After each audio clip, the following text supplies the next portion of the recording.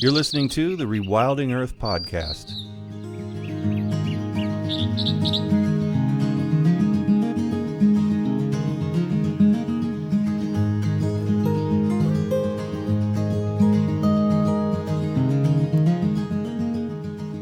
The Rewilding Earth podcast is supported by businesses such as Patagonia, Catula, and Biohabitats, as well as the Whedon Foundation and listeners like you. If you love the work that the Rewilding Institute is doing, please consider donating at rewilding.org. And be sure to sign up for our weekly newsletter while you're there.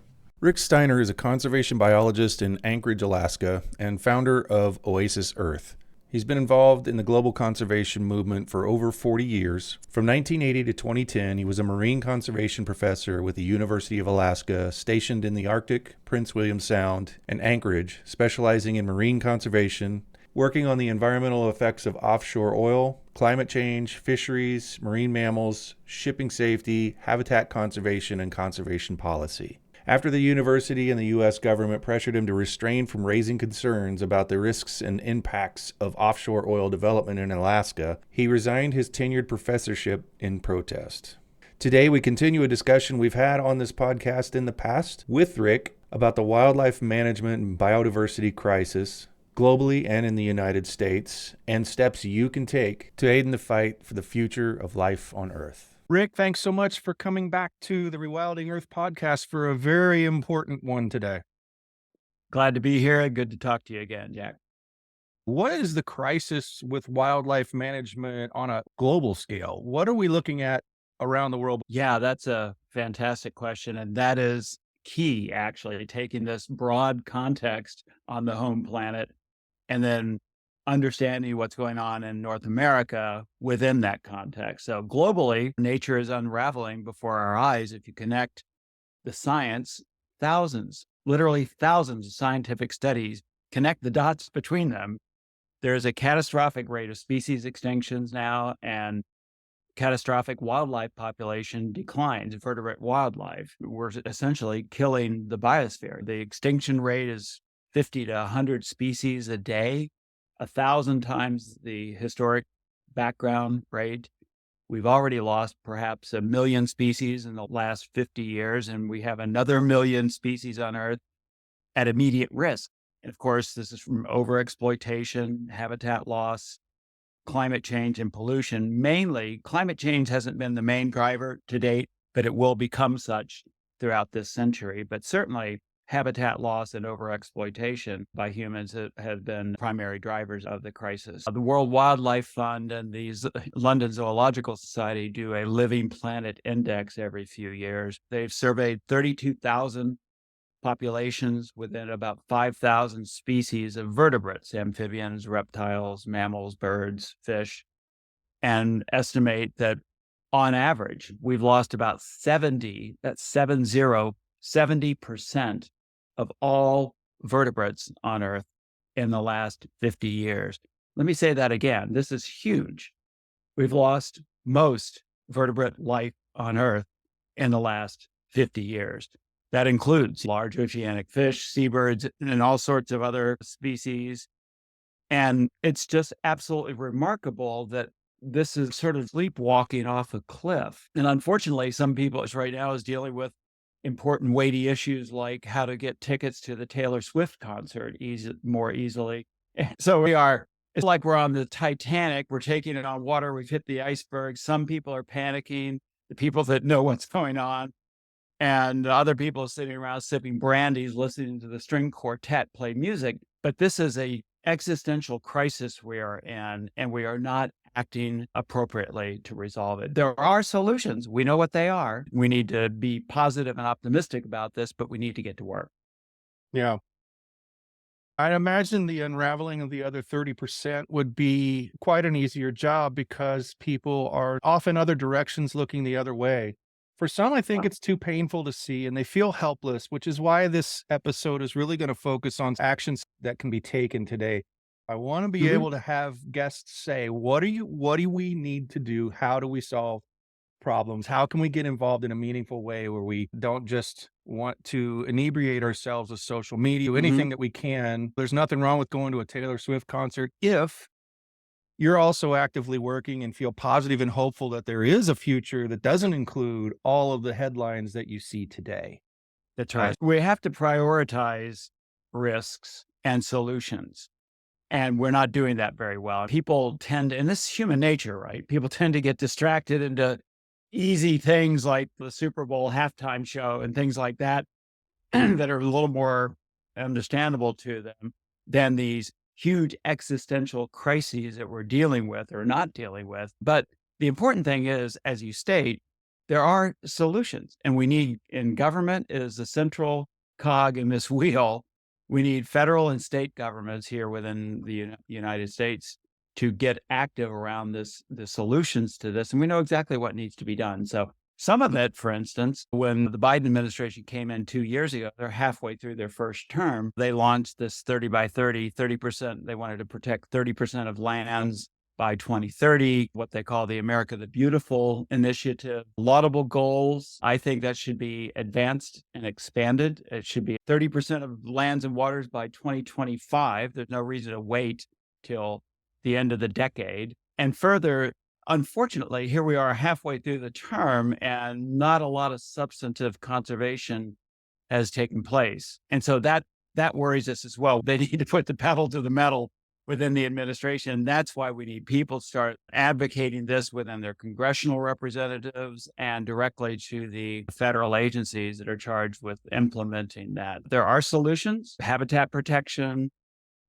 dialing down over exploitation or hunting and trapping of wildlife and such like that to give these species the best chance possible to make it through the climate change and habitat loss bottleneck of this century. And there's certainly bills that are going to be coming up in this Congress this year that have to do with this. So there's a lot that's going to go on this year that we can get engaged with. Yeah, it's a big year, and to play any small part in crafting the roadmap for that through having folks like you on who really know what should be done, what could be done. I realize that you are happy that a bill that sounds good on the surface that most people hear and go, oh, wow, that's great. That'll be really great. Can you talk about the bill that didn't pass that you were excited that didn't pass yet?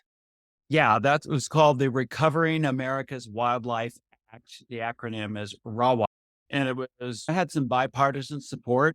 It almost made it through. And it's to pour another about $1 billion a year from the federal government, the Fish and Wildlife Service, into state wildlife management agencies, ostensibly for wildlife conservation and restoration projects and programs. Sounds good on the surface. However, we've got a bill existing that's been on the books for decades called the Pittman-Robertson Act, by which similar sort of funneling of federal dollars into state fish and game agencies is to be for wildlife conservation and restoration.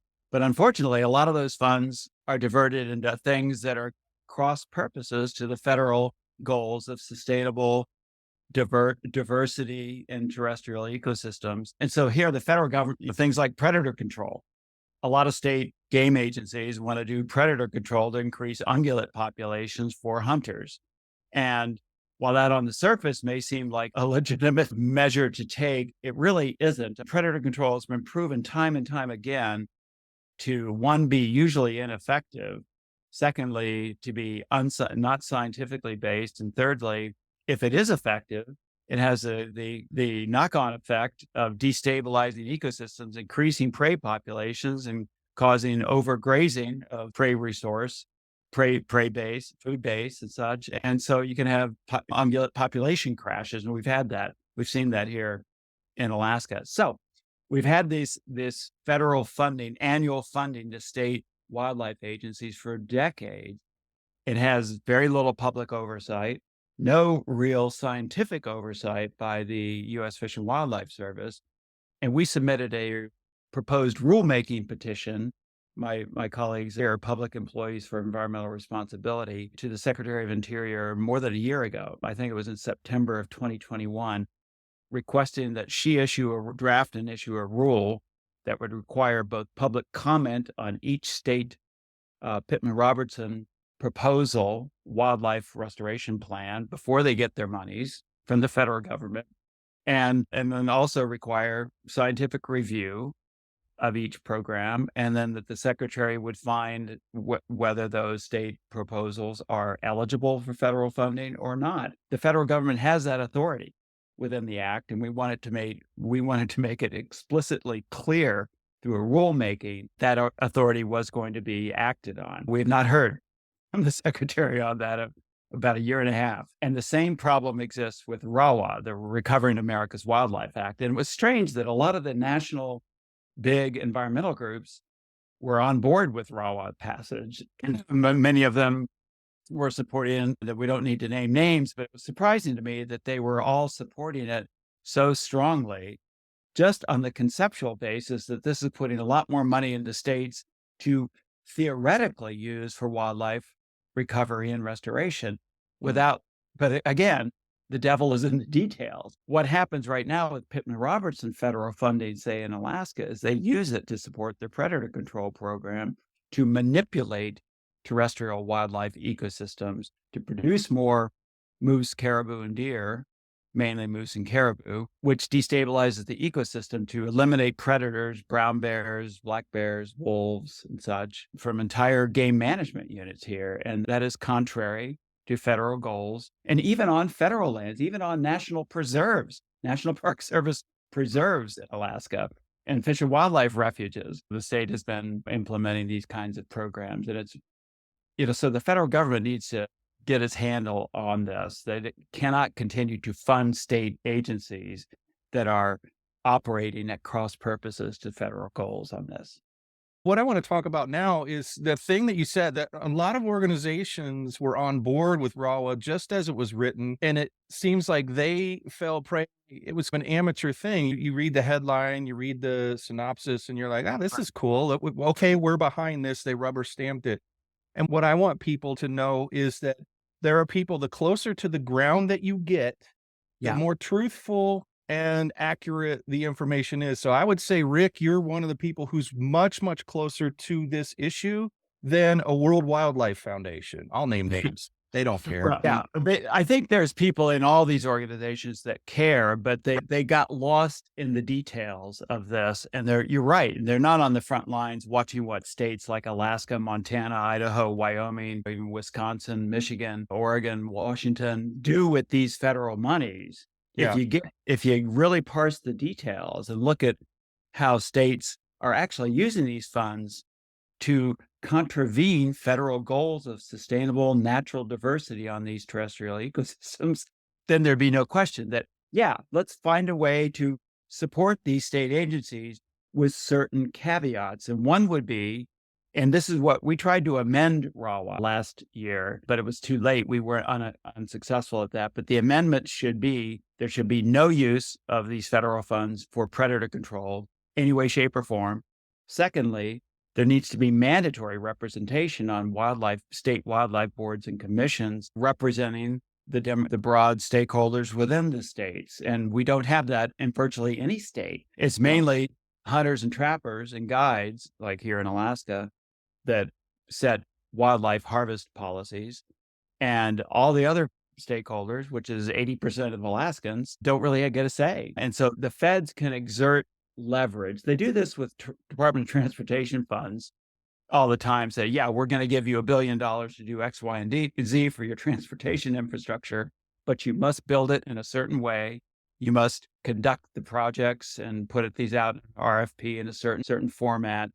And so the feds, it's not unusual for the federal government, these vast amounts of funds paid to states and other entities, to attach stipulations to that. And that's all we're really asking here. So no use of monies for predator control, require broad representation on the wildlife boards and commissions, that there be an independent federal science review of each annual state wildlife restoration plan, and that there be capability of public comment.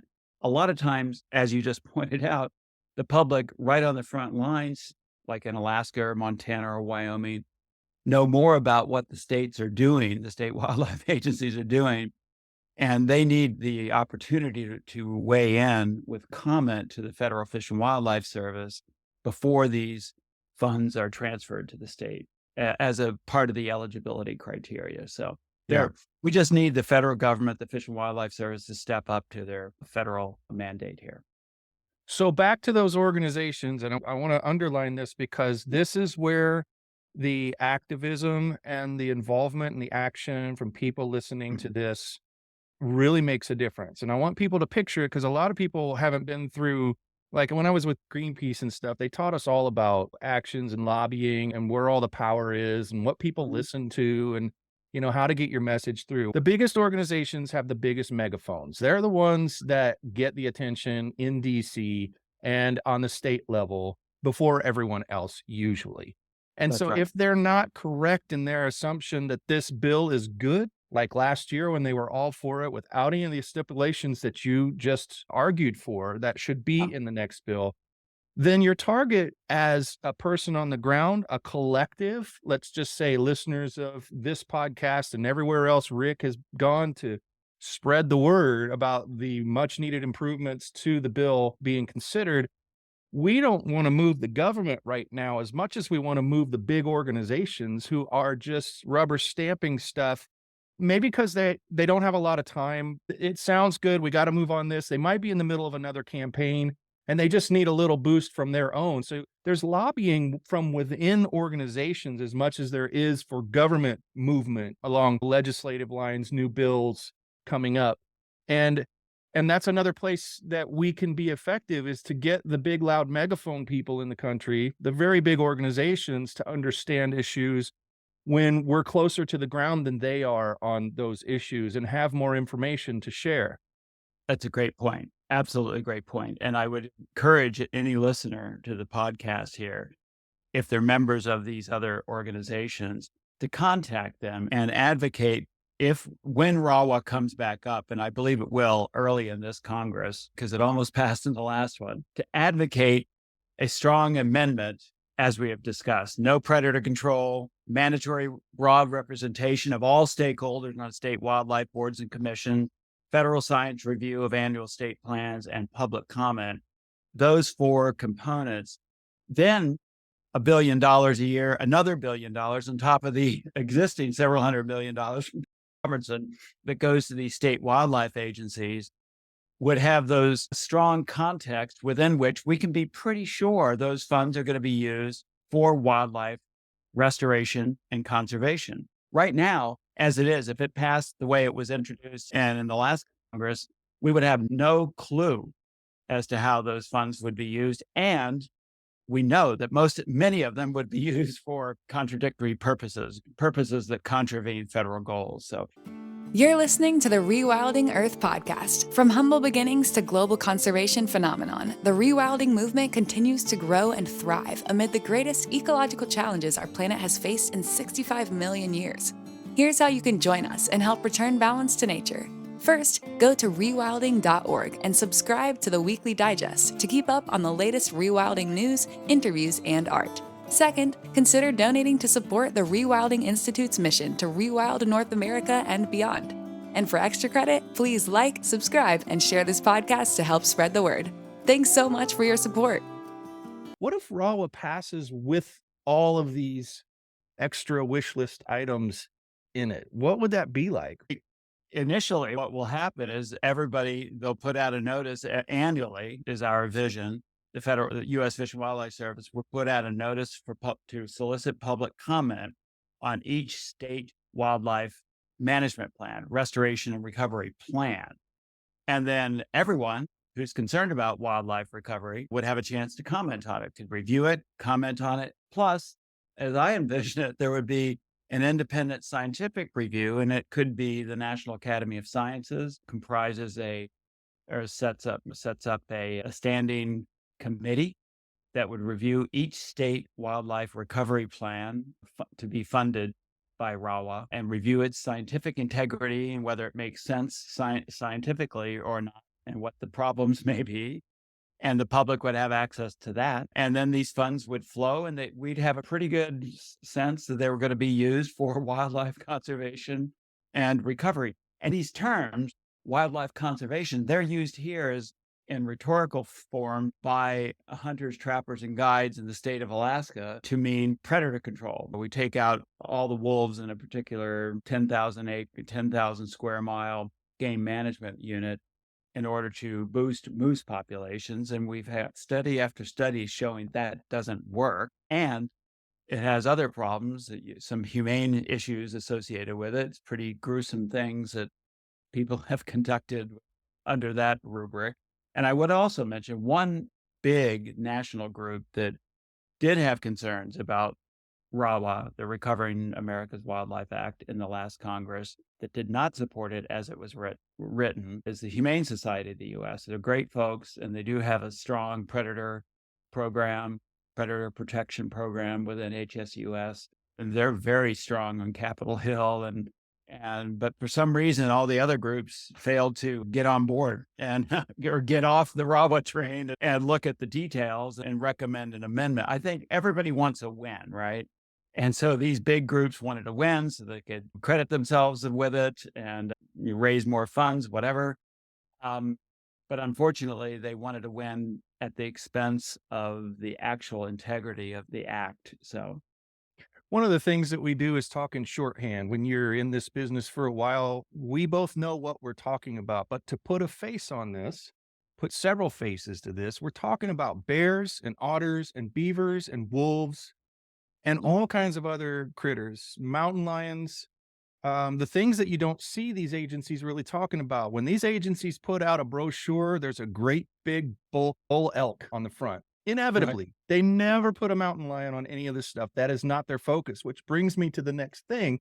We still have one big problem. We're giving all this money to life boards and agencies that are predominantly special interests for hunters. They are not qualified. One of the reasons that they don't understand the term or use it facetiously, and they do understand it, wildlife recovery, is that none of them are biologists. None of them are scientists. Across the board, there's probably not a single biologist or scientist on any wildlife board in the whole country.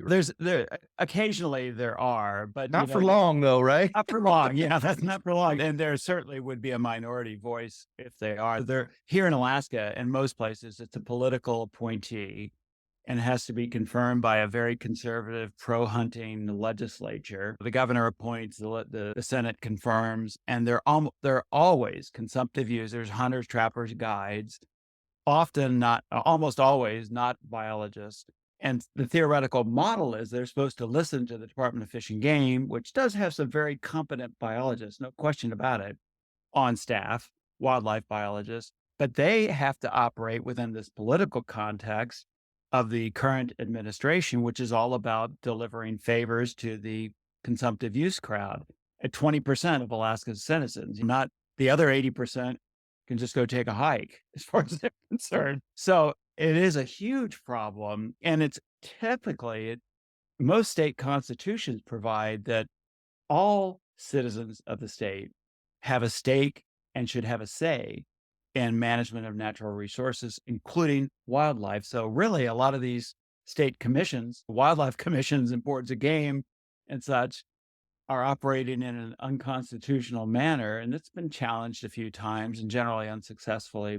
But the way that the leverage that the federal government will have, both now through Pittman-Robertson funding annually, hundreds of millions of dollars to state wildlife agencies, and if RAWA passes, another billion or so to state wildlife agencies, by conditioning that funding stream, that annual funding to the states, on upping their game, on making sure that the states have adequate representations, such as the tourism industry, right? The tourism value of wildlife here in Alaska is a great example, is twice the value of hunting and trapping. Now, I'm not talking about subsistence take in rural Alaska. That's another sort of an element that has to be protected, certainly, because people depend on moose and caribou and such like, and salmon for livelihoods. But most of what's going on is true recreational sport and trophy hunting. In Alaska, we have the State Department of Fish and Game and Board of Game permit over 2,000 brown bears being killed every year. And that is not for subsistence purposes, hardly at all.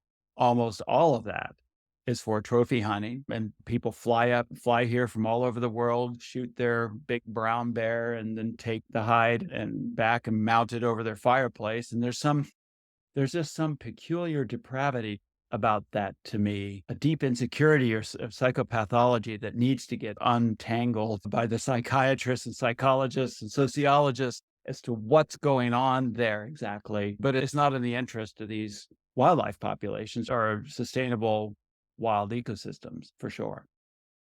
So this is the last kind of environment that you want to dump $1 billion on with no strings attached because you know what they're going to do because they've shown you what they've done. There would be no reason. And once that cat's out of the bag, how would we ever go back and regulate it? If this gets passed without those stipulations, they're now powerful. They now have $1 billion more, and they will continue to do what they've done, which is just basically ignore us because we're not loud enough, because we're not powerful enough to Yeah. scare them. Yeah. So they And really just run the show with no challenge whatsoever for the last 40 or 50 years. that's right. It's an absolute disaster, primarily in the Western states. There's this ethic of anti-federal, anti-park service, anti-Department of Interior, and such like that. It's really rampant here in Alaska and in Idaho and Montana and Wyoming and other places as well. And it's ironic because here in Alaska, the first thing we have a natural disaster, and the first thing the state does is stick its hands out for federal dollars, but then tell the federal government to go away, go take a hike when it comes to managing wildlife, even on federal lands, which most lands in Alaska are federal lands, fortunately. It's Dave Foreman's 2-year-old's version of the world, view of the world. And he's like, 2-year-olds are very anti-mom when it comes to discipline, when she's disciplining, but the minute they get hungry, their hands are out. And you just That's it. described a 2-year-old, but this is a state full of adults that Yeah. are acting in the same way. That's a great analogy. There's this sort of infantile insecurity that becomes evident, and how people are, a lot of the consumptive use wildlife crowd want to have it their way. And these are people that are in their wealth, they're wealthy, they have power, they have privilege, and they've had it this way, as you pointed out, for decades, most of the century. And within this, and they want to keep it that way. They want to maintain that power and privilege. And within that, there's this ancient hatred of predators. And so you have this ethic and this justification for killing wolves and coyotes and mountain lions and brown bears and black bears throughout the nation. And that's the kind of thing, there's a psychological component to that I think needs to be methodically understood. And it hasn't been to date. It's not rational. It's not science-based. Yet this pervades many state wildlife agency policies. So I'm sorry, but this is anachronistic. It's old.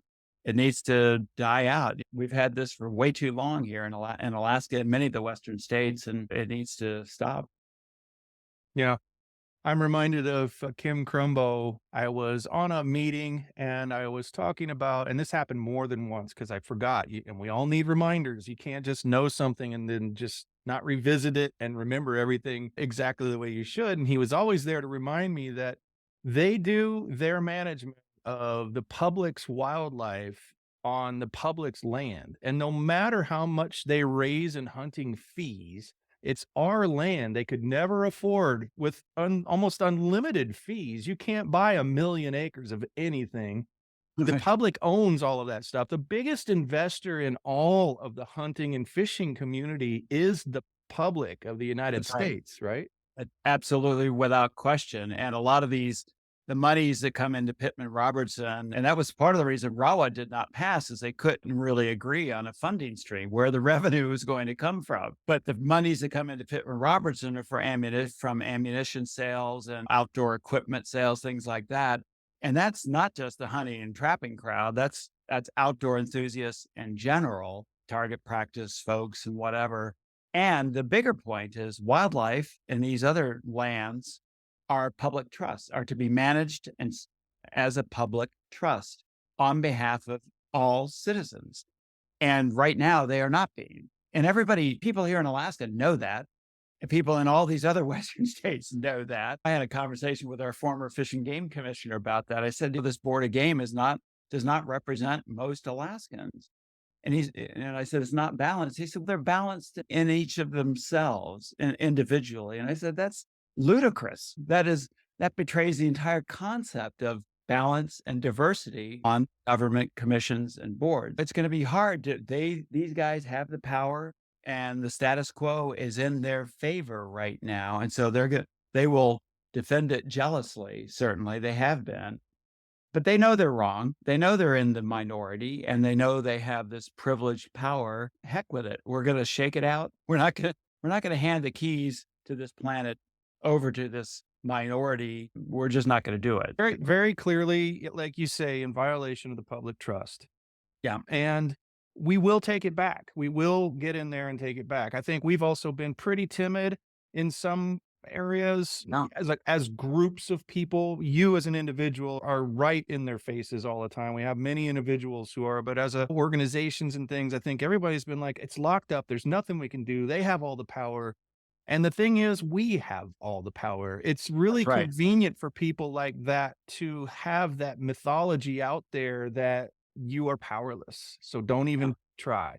But the thing is, all you got to do is go up to somebody and snap your fingers and say, actually, you have all the power, and then spell it out for them. Like, how do you do that? How do you wake somebody up from that stupor that they were put in by somebody saying, there's nothing you can do about this. It's always been this way. People just have to, I think, realize the law of the land, both in states and federally, is that we, the people, have the power, as you say, and it's our privilege and it's our responsibility to exercise that power, not just voting for the right people, but that's an important one. We need to have people vote for people that understand and care about this issue of the decline in wildlife populations, the need for sustainability, the need to manage habitat loss, to reduce habitat destruction, to reduce carbon emissions, reduce pollutants, reduce overexploitation and overhunting wildlife populations. We need to elect the right people that get that.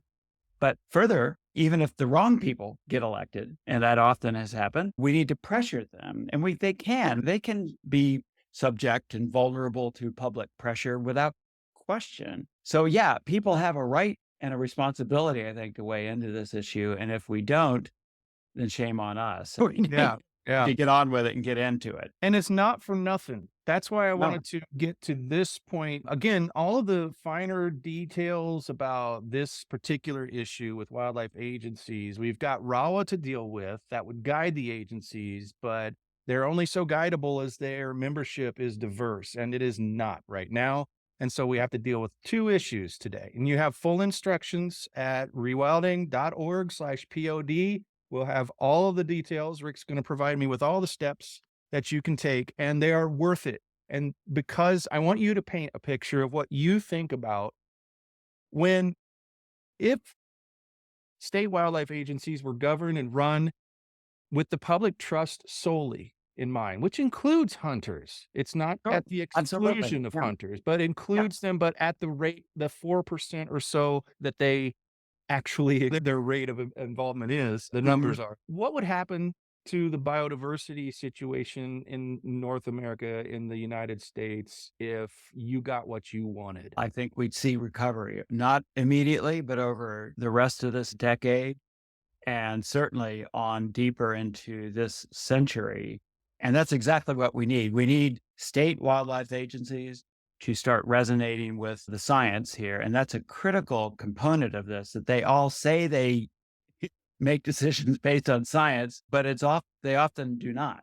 They only selectively harvest those scientific results that support their agenda of killing predators and taking more moose and caribou, elk, deer, whatever, and exclude those studies that don't seem to support their position.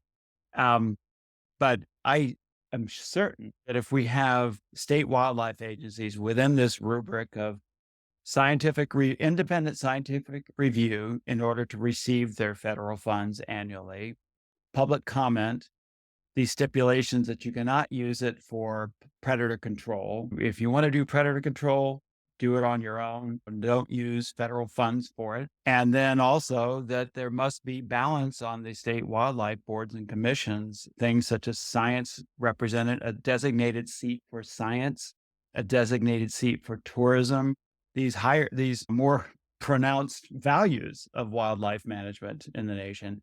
You're going to see a recovery of and these commissions and boards and state wildlife agencies need to start considering things like pollutants, climate change, and other issues and habitat loss, in addition to setting game harvesting limits, which is it seems to be their main focus right now, out of ignorance and just leaving aside these other issues of habitat loss, climate change, and pollutants increasing in habitats, and all these effects on wildlife that are not always considered. So on the ground, it would be palpable, especially as you say, deeper into the century, when wildlife has had a chance to have a few generations of litters and pups and eggs, and it would just be a filling up, and then getting rid of words like harvesting altogether. It should never be a word that's ever used anywhere remotely near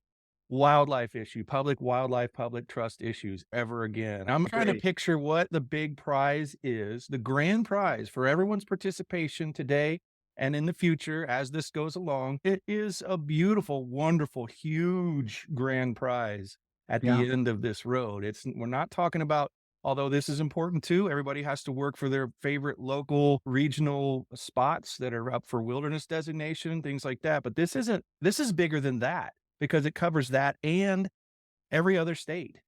It's essentially fighting for the future of life on Earth. If we get it right here in the United States, that provides a really strong model throughout the world, in Africa and Latin America, Asia. And they follow our lead.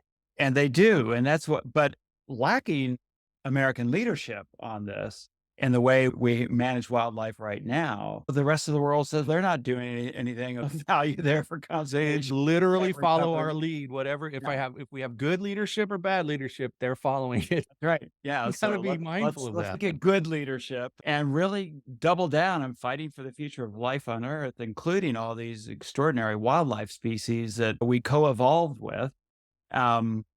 And we need them not just for food and tourism value and economic value, but just this sense of belonging on a habitable home planet, which we are. We need them for spiritual value and for their own sake, written intrinsic value, just for their own sake. And there'll be instructions at the bottom for how you can take action and be a part of one of the biggest prizes that you can seek in conservation for a hopeful, brighter future. Not just stopping some evil in a line of long evils to stop. This is a proactive, positive thing that everybody can do, anybody can do. And you'll have all the instructions laid out for you in this episode. Rick, thank you so much for taking the time again. This is such an important issue. I know we're going to have you back because we're going to need updates on how RAWA rolls out and other issues that you're working on. Yeah, that sounds great. I appreciate it. And one final comment. This is an exciting time to be alive. Historians 100 years from now will look back at what we choose to do now, what we chose to do now to reset the ship, to right the ship. And so it's an exciting time to be alive. There's a lot of problems and there's a lot of solutions. We just need to get there. Thanks for listening to the Rewilding Earth podcast. We do what we do because of you. This podcast is supported by listeners like you who long to live in a wilder world. Please consider donating at rewilding.org and subscribe to our weekly news and article digest while you're there. To go the extra mile, you can follow and share Rewilding Earth on Instagram, Facebook, and Twitter. Bonus points for sharing this podcast with your friends. To listen to past episodes, go to rewilding.org/pod. That's rewilding.org/pod.